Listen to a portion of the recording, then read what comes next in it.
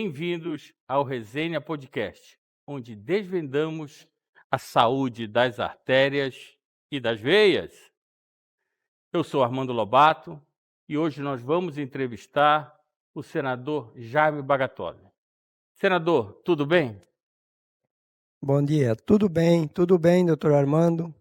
Doutor Armando Lobato, é com muita satisfação que eu estou aqui hoje, aqui nesse podcast, nesse momento aqui, para nós esclarecermos algumas coisas que é de suma importância para o nosso Brasil, para o estado de São Paulo, para os 27 estados da federação. É de suma importância eu estar aqui hoje, para mim é uma gratidão estar presente aqui nesse evento.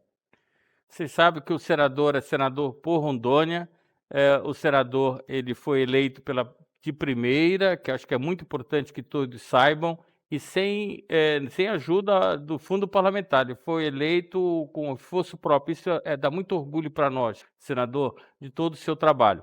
A ideia desse podcast é fazer um bate-papo informal. Então não vai ser nada de perguntas técnicas, sim, uma pergunta para que a população todos entendam, né? Eu preparei algumas perguntas para o senhor, e aí o senhor se sinta à vontade de responder. Eu vou fazendo uma a uma e o senhor vai me dando as respostas. A primeira pergunta que eu gostaria de saber é qual a sua opinião sobre a evolução que o Brasil vem alcançando sobre problemas cardíacos. E principalmente, né, depois de você ter passado um procedimento de cirurgia cardíaca aqui em São Paulo. Doutor Armando, o senhor sabe primeiramente que eu estou aqui, não estou aqui porque estou na sua presença, mas você foi fundamental para que eu estivesse hoje aqui nesse momento. Depois daqueles exames que eu fiz lá em Brasília, eu não acreditava que eu teria um problema cardíaco, eu não acreditava. Aí depois que eu fui entender e me tocar que existe um grande fator, que é o fator genético, é onde que essa doença avança muito, esse problema, que na verdade não é uma doença, é um problema cardíaco mesmo, ele avança muito, tem muito a ver com a questão genética. Quero dizer a você, doutor Armando, que como eu estive aqui em São Paulo, há praticamente 55 anos atrás eu perdi um tio meu aqui em São Paulo. Ele veio naquela época, se chamava, não tinha 5%, o senhor que é médico, doutor Armando, o senhor sabe que naquela época, isso aconteceu em 1968, ele veio para trocar uma válvula do coração aqui em São Paulo. O senhor veja bem, naquela época a medicina, eu acredito, na minha opinião, não sou médico, sou do agronegócio, sou produtor rural, mas eu digo para vocês que eu acredito que não tinha 5% da tecnologia que tem hoje. O que o Brasil avançou, o que eu vi aqui em São Paulo, o que eu vejo pelo Brasil afora, até no interior, no interior, muitas cidades pelo Brasil afora, o que a gente vê, o que a tecnologia que aumentou essa especialidade cardíaca é impressionante. E você, como uma pessoa mais conhecedor, como médico, é sua área, e o senhor sabe que a cada dia está se aprendendo mais. Mas desde quando foi feito o primeiro transplante de coração, se não me falha a memória, foi pelo Abid Jatene, até então, para quem não sabe, o Abid é acriano, nasceu lá no Acre. E dizer para vocês assim, o tanto que avançou no Brasil é espetacular. É uma coisa inacreditável. Quem viveu, eu estou com um pouco mais de 60 anos, eu quando era criança, quando escutava alguém falar que tinha um problema de coração, já falava, esse já vai morrer, esse já vai morrer. Então, olha, eu fico feliz e acho sim que a medicina ainda tem muito a evoluir e vai evoluir muito, porque a única coisa que nós precisamos entender, e o parlamento, mais depois eu vou responder, quero entrar nesse quesito aí sobre faculdades, do aperfeiçoamento das faculdades, e nós precisamos a cada dia mais aperfeiçoar para termos bons médicos no futuro, e não só na questão cardíaco, mas em todos os segmentos da medicina. É muito claro a evolução da medicina, como o senhor colocou, como era em 74 e como está hoje. A evolução é enorme, somente na cirurgia endovascular, que é onde nós atuamos mais ainda. E como tem essa evolução da medicina muito rápida, nós precisamos também fazer um trabalho para que o SUS tenha direito a toda essa tecnologia. Muitas tecnologias ainda não estão incorporadas no rol da ANS, onde, para que o SUS possa desenvolver, ela tem que estar dentro do rol da ANS. Eu acho que esse é um trabalho que nós podemos desenvolver juntos para que a população mais carente do Brasil tenha acesso a essa tecnologia também. A segunda pergunta que eu quero fazer para o senador é, no seu estado de Rondônia, como funciona o sistema de saúde? Portanto, a condição de parlamentar que você apresenta pode fazer e pode ajudar a população mais carente? A questão da saúde no estado de Rondônia agora ela vem melhorando, mas ela é muito precária ainda. E como não é só no estado de Rondônia, em todos os estados do norte, no nordeste acredito que não seja diferente, é totalmente diferente da região sul e sudeste. A região sul e sudeste estão avançados 70%, 80% na frente, principalmente do norte e nordeste. Centro-oeste ainda está um pouco melhor. Mas eu quero dizer às pessoas que estão nos ouvindo nesse momento, é de suma importância dos parlamentares olharem pelas pessoas mais carentes que nós temos no nosso país. Às vezes, eu fico pensando, nada contra a educação de ter 25% da arrecadação, quanto a 15% da saúde. Mas eu acho que o parlamento devia olhar isso com mais carinho, principalmente isso não pode ser generalizado em todos os estados da federação. Isso devia ser analisado mais profundamente, ser feito um estudo pelo parlamento, por toda a equipe técnica, pelo Brasil afora, olhando isso de região em região. O que o SUS pode fazer para melhorar? É de responsabilidade do governo, do executivo, do legislativo. Nós precisamos dar uma prioridade para o SUS, nós precisamos implantar aonde é feito estudos, por exemplo, lá no meu estado de Rondônia, nós temos 7, 8 municípios que são município polo, dos 52 municípios. Então, aonde está localizado esses municípios, tem que se investir mais em equipamentos. Eu mesmo coloquei emendas agora no Senado, emendas agora para 2024. Um senador, o Dr. Lobato, ele tem em torno de 70 milhões das emendas individuais, praticamente 70 milhões, 50%, 35 milhões vai para a saúde. E diferente das emendas de bancada, que ele pode colocar também dos 42 milhões que o senador tem no estado de Rondônia, também ele poderia, se ele quiser, utilizar 50% desse valor. Então, quer dizer, nós temos que ajudar em equipamentos. Por exemplo, lá no município de Vilhena, que é o município polo, eu estou colocando lá ressonância magnética, estou colocando equipamento de ecocardiograma, para ajudar a população, porque ela abrange, é um município polo que abrange 7, 8 municípios, inclusive mais 7, 8 municípios do noroeste do Mato Grosso, que é atendido também lá em Rondônia. Aí depois nós temos o município de Cacoal, de Ji-Paraná, de Ariquemes, Porto Velho, Guajará-Mirim. Então nós temos diversos municípios que são municípios polo, e isso é de responsabilidade dos senadores, dos deputados federais, dos próprios deputados estaduais, aonde tem essas emendas e colocar emendas com recurso para ajudar as pessoas. Porque eu falo para vocês, a questão da saúde, ela é uma questão que ela tem que ser olhado em primeiro lugar. E uma coisa, eu admiro muito e sempre falei nos meus discursos, eu admiro muito, mas muito mesmo, a responsabilidade dos bons médicos. A gente sabe que antes do médico vem o professor, mas o médico, eu sempre costumo dizer, é a única profissão nesse Brasil, doutor Armando, no mundo, ele não tem o direito de errar, ele só tem o direito de acertar. Se ele acertou 1000 e errou uma, só se considera aquela que ele errou. Então, a responsabilidade do médico é de suma importância. E nós precisamos levar para na nossa região bons médicos, mas não adianta levar só bons médicos se nós não dermos uma qualidade de trabalho, não tiver equipamentos, não tiver estrutura para que esses médicos possam evoluir e ajudar a população. Você sabe, senador, é muito importante ouvir do senhor isso, porque nós da classe médica, a gente precisa muito da ajuda parlamentar.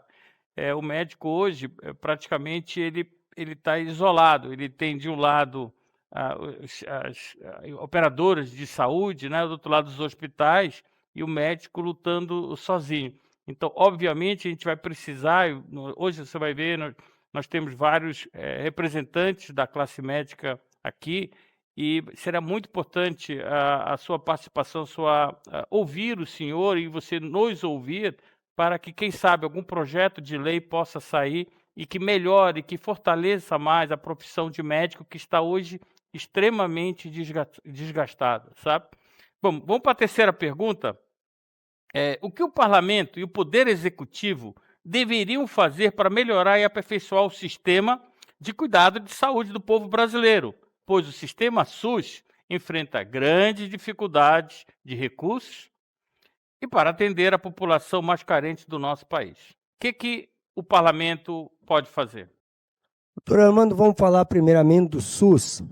Eu ouço falar que eu entrei agora no parlamento, fui eleito senador, estou há 1 ano, estou no meu 2º ano de mandato. O que eu ouço falar há anos, que faz mais de 20 anos, que o SUS não tem recebido a remuneração, não tem feito nenhum tipo de reajuste. Então, nós sabemos as dificuldades do orçamento do governo federal, nós somos cientes disso, mas nós temos que se debruçar, isso é um problema seríssimo.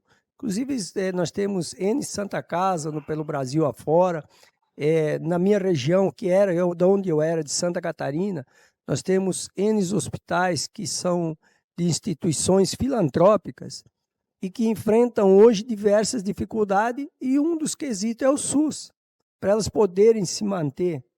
E você imagina, doutor Lobato, as dificuldades que nós temos hoje, não só na questão do SUS, se nós não tiver no próprio Hospital do Amor, Hospital do Câncer, que é o de Barretos, nós temos hoje um grande hospital desse lá no nosso estado de Rondônia, acho que é o terceiro do Brasil, está no estado de Rondônia, mas para as pessoas que estiverem nos ouvindo nesse momento, todo ano é arrecadado mais de 30 a 40 milhões, através da iniciativa privada, através de leilões do setor produtivo, até aqueles pequenos produtores que são praticamente quase considerados da agricultura familiar, pequenos produtores, todas as pessoas ajudam, porque sabem que é de suma importância lá no norte do Brasil nós termos um hospital que atenda essas pessoas, que hoje atende praticamente a mesma função que é feita no Hospital de Barretos,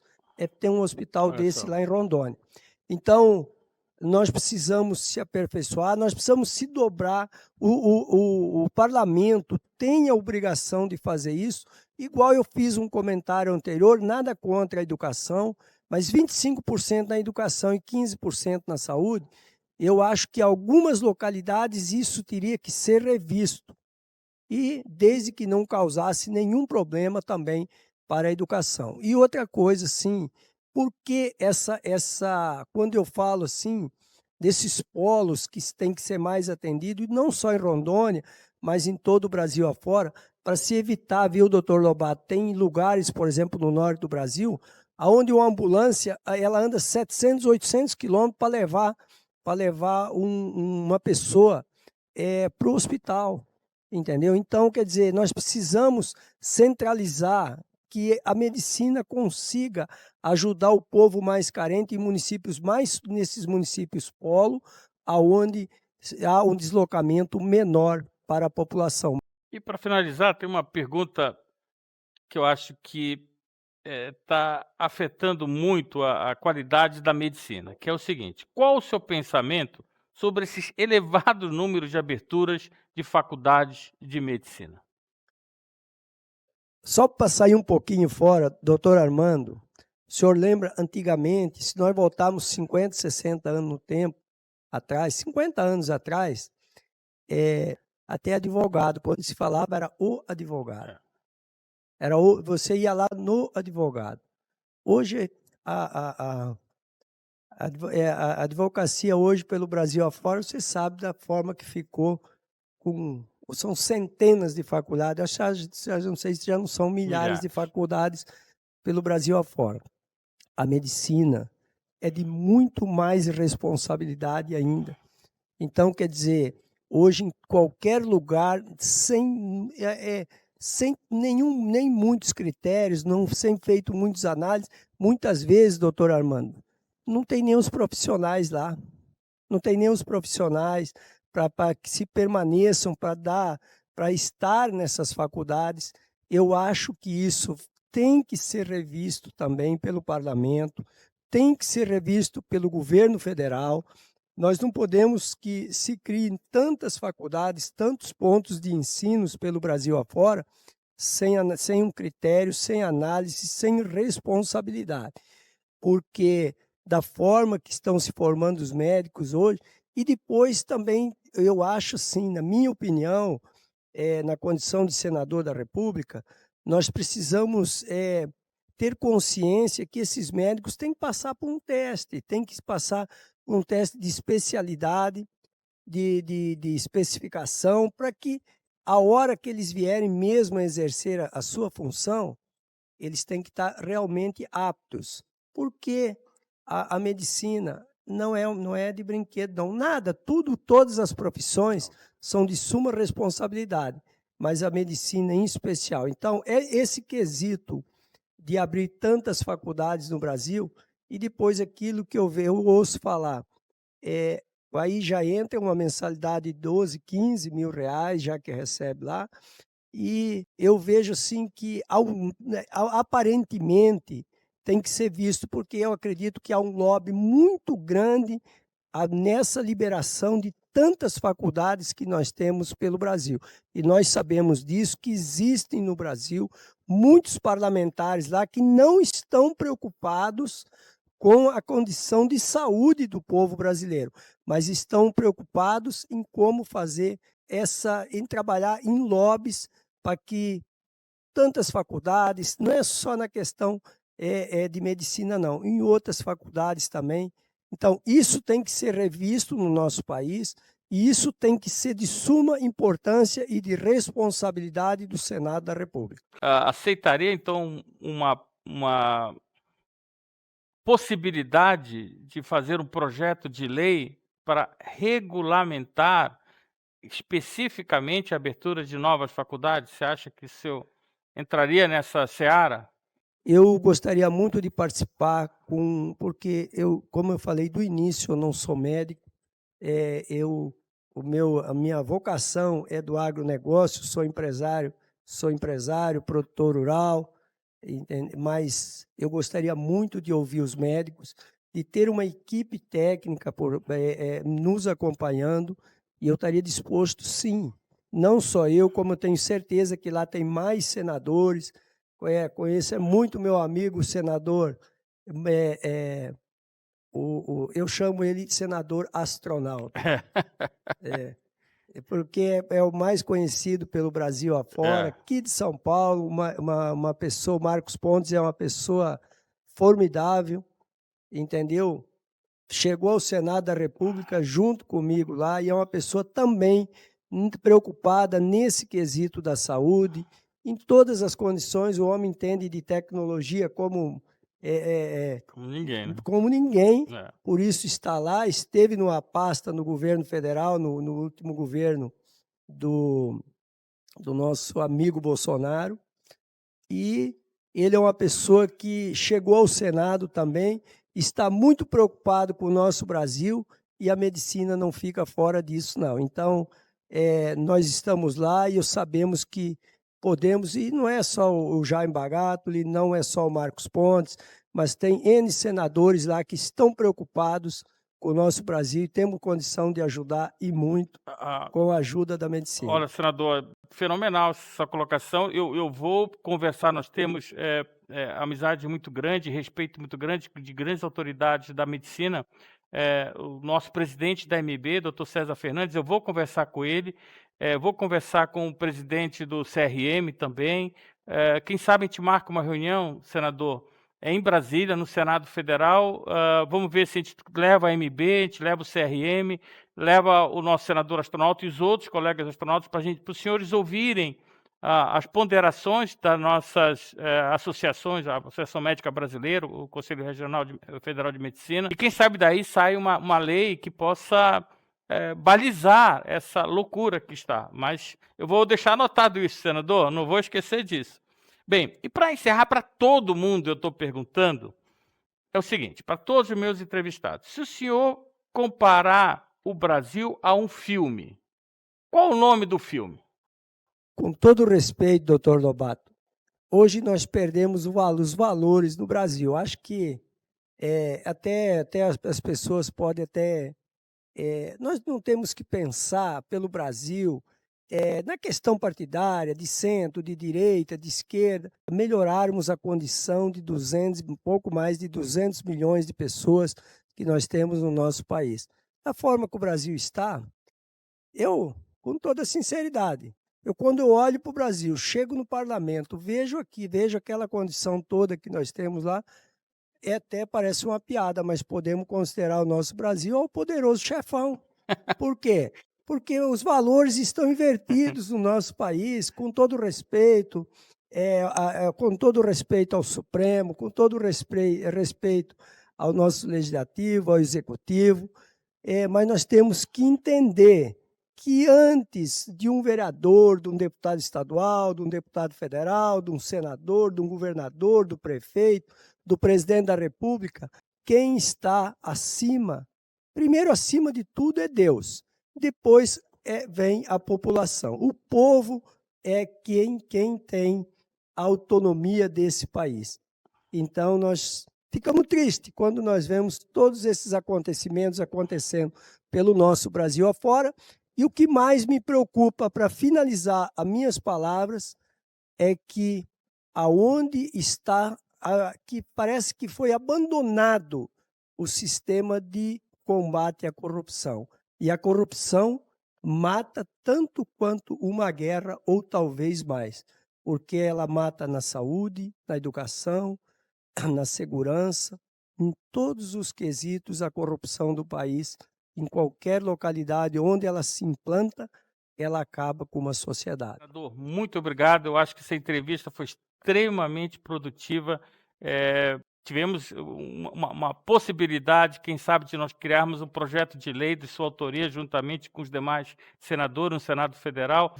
Eu não vou esquecer disso, eu vou conversar com as autoridades nacionais da saúde, como eu já falei, e vamos em frente com essa reunião em Brasília. Senador, muito obrigado. Não tem como agradecer a sua presença hoje aqui.